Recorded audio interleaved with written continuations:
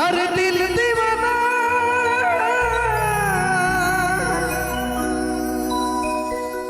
दिल दीवाना हो गया दिल दीवाना हो गया गारी तोर प्यार में कीन देबो झुमका चल बरेली बाजार में हो कीन देबो झुमका चल बरेली बाजार में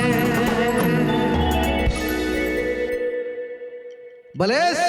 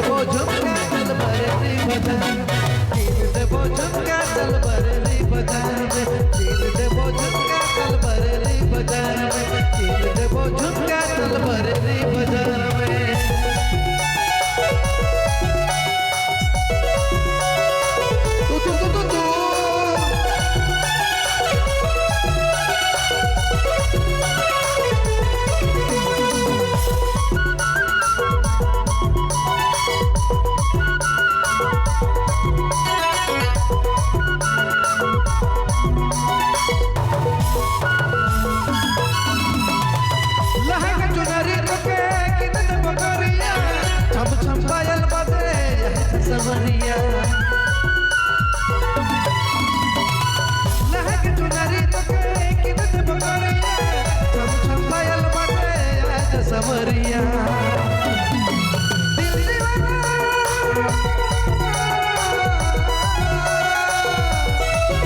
हो गेल गारी तोर प्यार में देबो झुमका चल बरेली बाजार में देबो झुमका चल बरेली बाजार में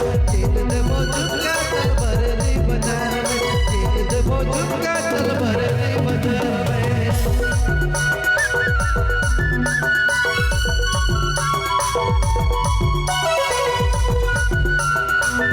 पीछे वाला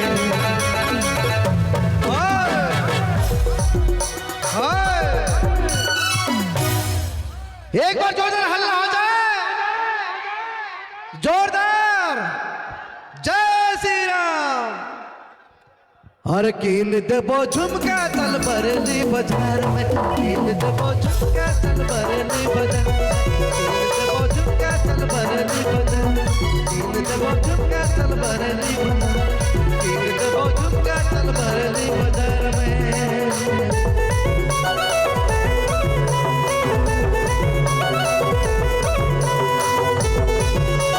आप देख रहे हैं नागपुरी स्टेज हलचल की प्रस्तुति। धन्यवाद।